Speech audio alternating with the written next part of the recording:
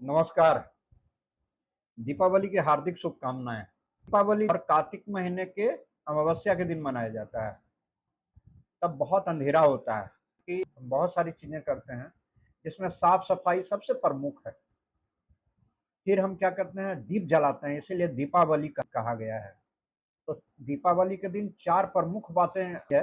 वो चार प्रमुख बातें ये है कि दीपक जलाते हैं, दिया जलाते हैं, और इस दिन ये बताया जाता है कि भगवान राम जो है 14 वर्ष वनवास के बाद वापस अयोध्या आए हैं, तो वहाँ का जन समूह बहुत खुश है।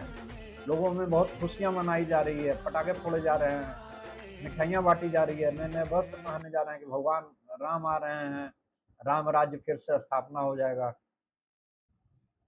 और कुछ जगह काली माँ की पूजा की जाती है। काली माँ का उस मूर्ति की पूजन होती है जिसमें भगवान शिव जो हैं वो नीचे लेटे हुए हैं। माँ बहुत क्रोधित हैं और उन्होंने असुरों का संहार करने के बाद माँ जब बहुत क्रोधित हैं तो शिव जी वहां पे लेटे हैं उनके रास्ते में आकर के, कि माँ का जैसे ही उनका चरण भगवान के वक्ष स्थल पर पड़ता है तो क्रोध माँ का शांत हो जाता है।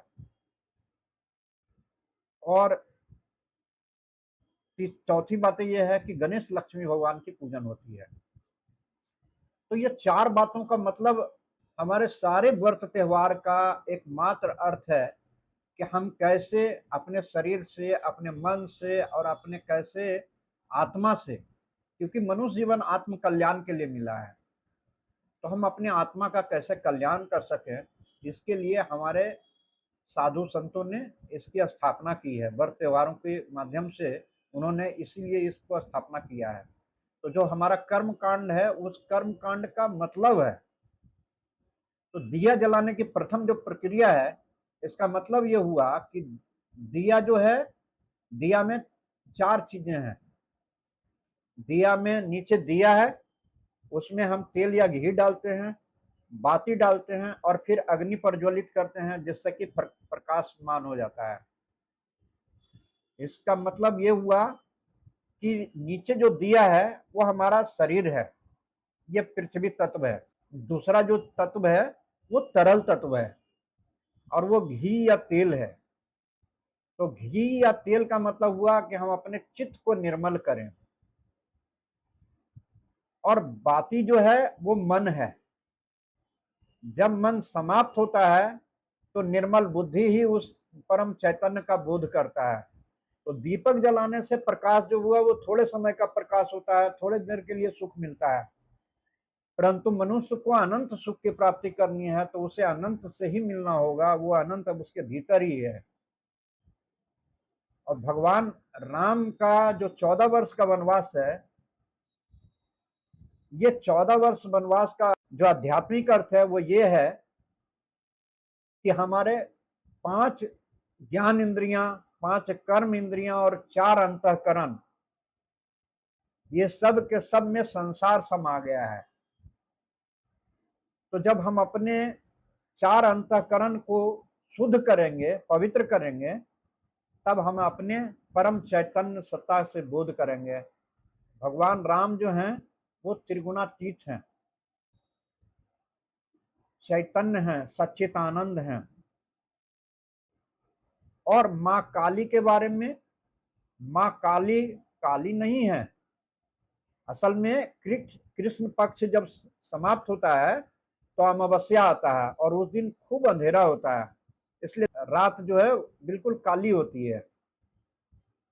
तो काली होती है इसलिए उसको काला किया गया। और अंधेरा अगर होता है तो मनुष्य को डर भय लगता है, इसलिए प्रकाश अगर प्रकाशित कर दिया जाए तो डर नहीं लगता है। ठीक इसी प्रकार से जब अंतःकरण जब तक मलिन है और मैं का भाव है शरीर से लगा हुआ, तो उसको मरने का बड़ा भय रहता है। लेकिन जब मनुष्य अपने स्वरूप को जान जाता है तो स्वरूप का बोध कहाँ होता है, उसका हृदय में होता है। भगवान कहाँ, माँ काली कहाँ पैर रखी हैं, तो भगवान शिव के वक्ष स्थल पर रखी हैं जहां हृदय है। अर्थात जीवत्व समाप्त तभी होता है जब उसे शिवत्व की प्राप्ति होती है, तब उसे परमात्मा का सुख मिलता है। और गणेश और लक्ष्मी जी का जो पूजन है उसका अर्थ यह हुआ कि निर्मल बुद्धि के द्वारा और माता लक्ष्मी क्या है? निर्मल चित्त, यानी निर्मल बुद्धि के द्वारा उस निर्मल चैतन्य का बोध होता है, वही रिद्धि और सिद्धि है। माता लक्ष्मी कैसी है? रिद्धि और सिद्धि की दाता है। रिद्धि और सिद्धि का मतलब हुआ कि आत्मा का बोध हो जाना, उसको अपनी अमरता का बोध हो जाता है, जीव को अपनी अमरता का बोध हो जाता है, जो अनंत सत्ता है, अखंड सत्ता है, हमारे भीतर जो है अखंड ज्योत है। हम अपने अखंड ज्योत को इसलिए नहीं जान पा रहे हैं क्योंकि हमारा मन अंतर्मुख नहीं हो रहा है, बाह्यमुख है, शरीर और संसार से लगा हुआ है। तो हम बाहर की शुद्धि और बाहर की पवित्रता में लगे हुए हैं, ये अच्छा है, वो होना चाहिए, क्योंकि शरीर को पवित्र भी रखना है, मन को भी पवित्र रखना है। लेकिन आत्म शुद्धि के लिए, आत्म कल्याण के लिए मनुष्य को अपने अंतःकरण की शुद्धि की आवश्यकता है, तब उसे शाश्वत सुख मिल सकता है, तब उसको नित्य दिवाली होगा, नित्य खुशी होगा, नित्य आनंद होगा, नित्यानंद बन जाएगा, सुख शांति और आनंद की प्राप्ति हो जाएगी। उस सुख शांति की प्राप्ति ही है, आत्मा का बोध ही, ज्ञान ही, वह ज्ञान ही, अपने परम तत्व का ज्ञान ही, परमात्मा का ज्ञान ही वास्तव में सिद्धि है। और रिद्धि क्या है? ऐसे व्यक्ति का नाम, पैसा, धन, दौलत, परिवार, मकान, दुकान, यानी सांसारिक उपलब्धियां, तो उसको इहलोक और परलोक दोनों जगह उसको सुख और शांति मिल जाता है, क्योंकि अब उसको कोई प्रकार का डर और भय नहीं है। वो जान गया है कि मैं कौन हूं, हम अपने चैतन्य स्वरूप में स्थित हो गए। तो दिवाली का, इसीलिए दीपावली का अर्थ ही है कि अपने भीतर के उस अखंड ज्योत को जलाएं जो आपके भीतर ही नित्य प्रकाशित हो रहा है, नित्य है, निरंतर है, वह सत्य ही है। उस सत्य में जाने के लिए आपको बाहर के दिया जैसा जलाए हैं वैसे ही भीतर का दिया जलाना है, यानी अपने अंतःकरण को शुद्ध करना है, अपने मन को शुद्ध करना है, मन का समर्पण है। बाती जो है, बाती जल रही है तब प्रकाशमान होता है। इसी प्रकार से मन जब समर्पित होता है तब आत्मा का प्रकाश होता है, आत्मा आत्मा के प्रकाश से प्रकाशित होता है। तो ये दीपावली का यही उद्देश्य है, यही हमारे साधु संतों का, यही हमारे व्रत त्योहार के माध्यम से वो कहना चाहे हैं कि कैसे हर जगह प्रकाश ही प्रकाश हो, सुख ही सुख हो, शांति ही शांति हो, आनंद ही आनंद हो, व्यक्ति स्वस्थ हो जाए, आत्मस्थित हो जाए। यही मैं ईश्वर से ही कामना करता हूं कि सबको सुख शांति ऐसा ही प्राप्त हो। और जैसे हम बाहर की शुद्धि किए हैं, ऐसे हम अपने बात और व्यवहार की भी शुद्धि तभी कर पाएंगे जब हमें आत्मा का बोध होगा, तब हमें किसी से कोई शिकायत नहीं होगी। अभी शिकायत सबसे हो रही है, लेकिन अब तब की शिकायत अपने आप से होगी कि मैंने अपनी शुद्धि नहीं किया, इसीलिए हमें दूसरों में हमें कुछ कमियां दिख रही है। मनुष्य यहाँ आया है अपने कर्तव्य कर्म को निभाने के लिए इस संसार में, और जरा सा अनुकूलता प्रतिकूलता होती है, आदमी एकदम व्यथित हो जाता है, भगवान को दोष देना शुरू करता है।